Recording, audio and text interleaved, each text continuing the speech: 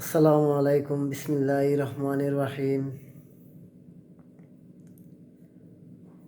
আজ পয়লা মহরম, মাস 1446 হিজরি। এই মহরম মাসের প্রথম মাস। সবাইকে শুভেচ্ছা জানাই।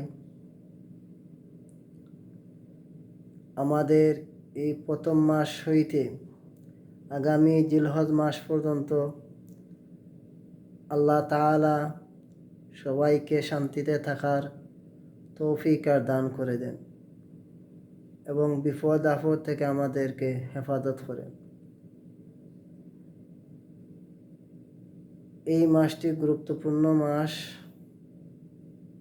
এই মাসে কিয়ামত হবে। আদম আলাইহিস শুরু হইতে অনেক ঘটনা, হযরত মুহাম্মদ সাল্লাল্লাহু আলাইহি ওয়াসাল্লাম পর্যন্ত, আলী রাদিয়াল্লাহু পর্যন্ত এবং হাসান হুসাইন রাদিয়াল্লাহুর সময়কালে।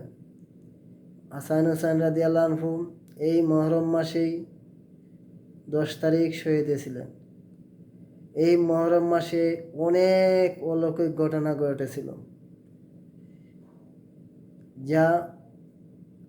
যারা আলেম তারা বলতে পারবেন কোন সময় কোন ঘটনা মহরম মাসের কয় তারিখ ঘটেছিল। আমাদের কিয়ামত এই মাসে হবে, কিন্তু আমরা এই মাসের কোনো গুরুত্ব দেই না। দয়া করে সবাইকে বলতেছি, মুসলমান ভাই বোন, আমাদের এই মাস থেকে শুরু করে আমরা আরোই মাস থেকে হিসাব করব। আমরা আরোই মাসকে খেয়াল করব, কোন দিন কোন ইবাদত করা লাগবে, কোন মাসে কোন রোজা রাখা লাগবে এবং কোন মাসে কিভাবে সব কিছু।